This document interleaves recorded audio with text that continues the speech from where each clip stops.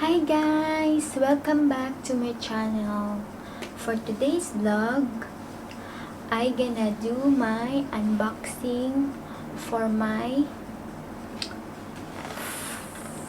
new Android phone. It's a Realme C15.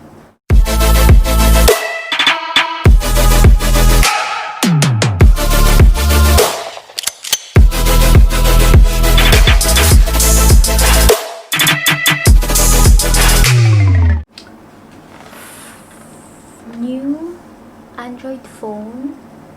It's a Realme C15. So guys, ito na po yung aking phone na Android na bago ko po siyang binili. C15 po siya. Yung Realme C15 nasa 6,000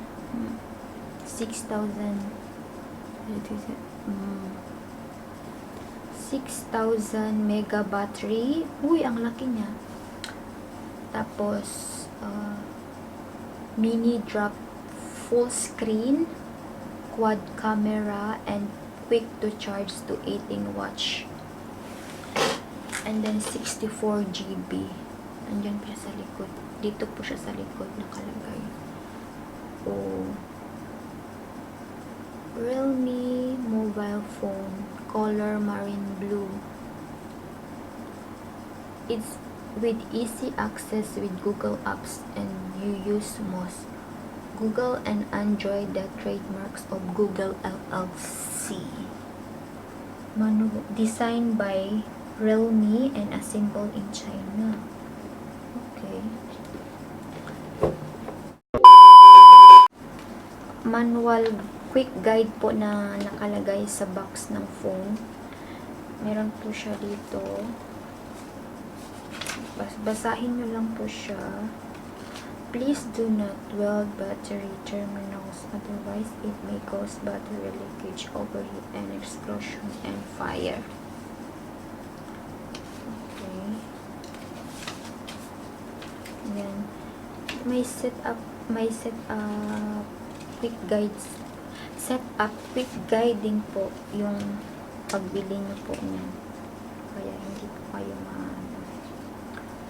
may warranty po siya. Marine blue. Yung color po ng phone is marine blue. Color marine blue. Meron na po siyang phone casing, manual, yung manual po, at saka yung pin po ng para i-open po yung phone, tsaka charger, and then this one. At saka yung binilhan ko po ng phone, meron po silang giveaway. Bali, dalawang box po siya lahat. Ito po yung laman. Ito po siya.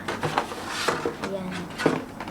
So, yung kanilang giveaway na pag bumili ka doon na sa store na yon, meron silang binigay na Bluetooth na headset, and then charger,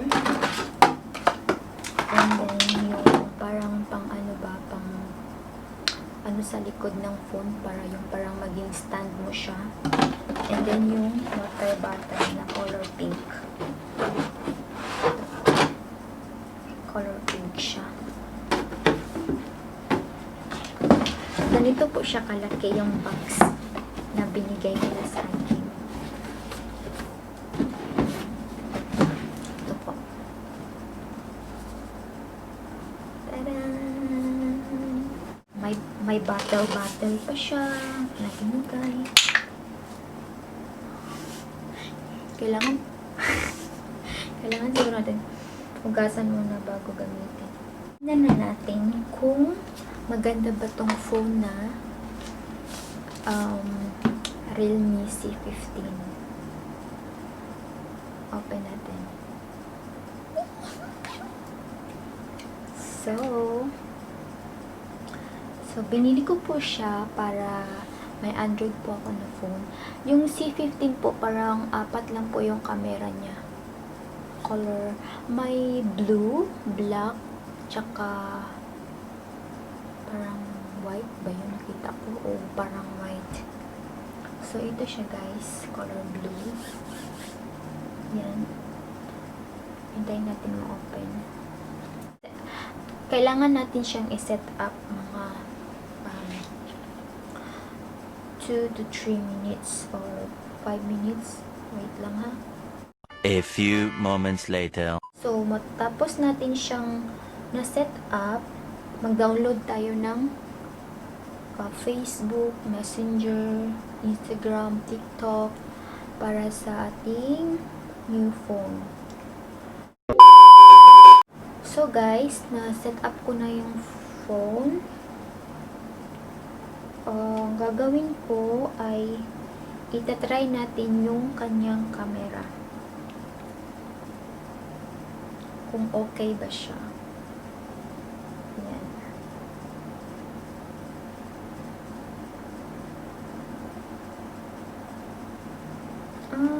Okay naman siya guys. At saka guys, yung Realme na C15, pwede mo siyang yung parang ganyan, no? Yan.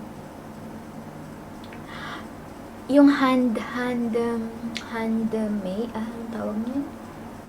So guys, kapag bibili tayo ng phone, dapat titingnan natin yung camera ba o worth it. So, first time natin siyang i-open. A few moments later. Ito yung Bluetooth na binigay nila. Ayan. Bluetooth. Pwede siya pang exercise.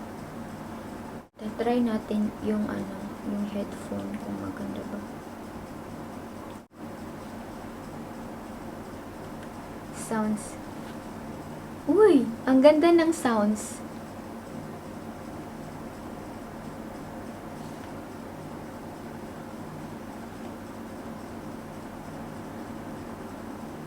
Yung headphone po niya maganda. Maganda yung effect. So, i-charge muna natin siya konti. Kasi bago pa lang natin siya in-open. Kaya, i-charge muna natin siya. Tinry ko lang kung maganda ba yung effects ng Face ID. Try natin. Face ID.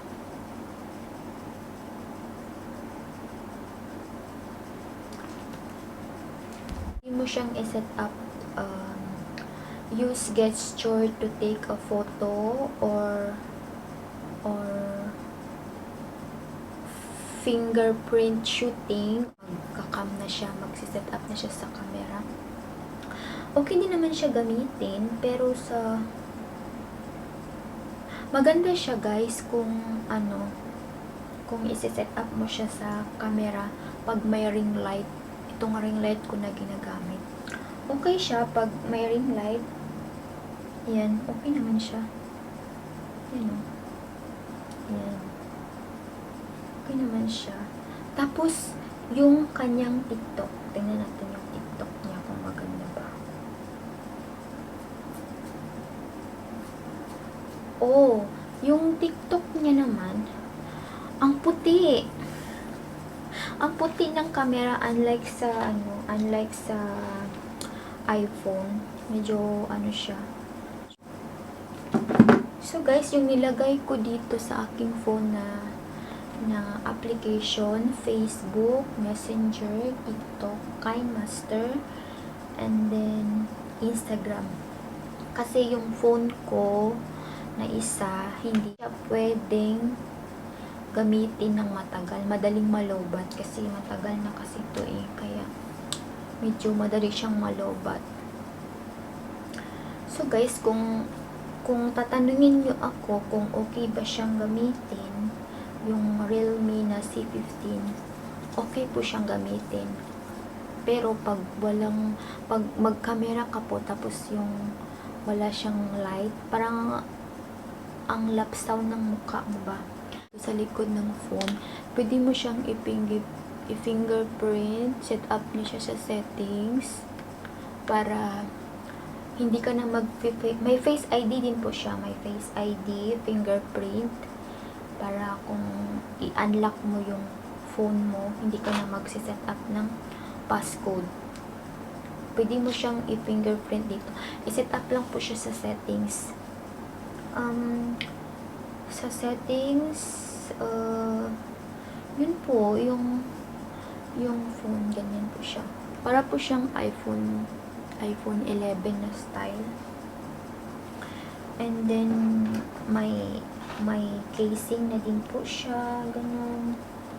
Pero yung casing na binigay nila is, ano lang siya, yung plain lang, ganyan.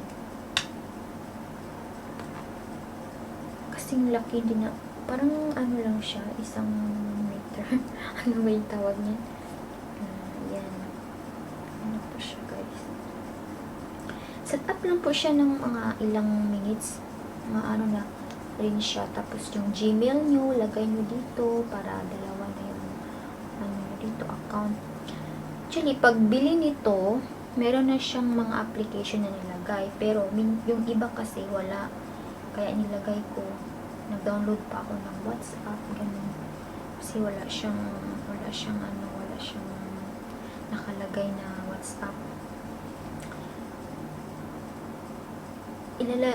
May mga sample ako dito na na mga TikTok ko na kung okay ba siya ipang TikTok. Tapos tingin ko okay naman siya. Unlike din sa iPhone na sobrang ganda ng effect niya. Pero pag walang light, ang pangit din naman ng effect niya. Pero okay naman siya. The end of our video for my unboxing of my phone, my new Android phone. And please, kung bago ka pa lang sa channel ko, please don't forget to like, share, subscribe, and click the notification bell para updated kayo sa lahat ng videos ko. And please comment down below sa mga gusto nyo pa pong ipagawa sa akin. Thank you! Bye!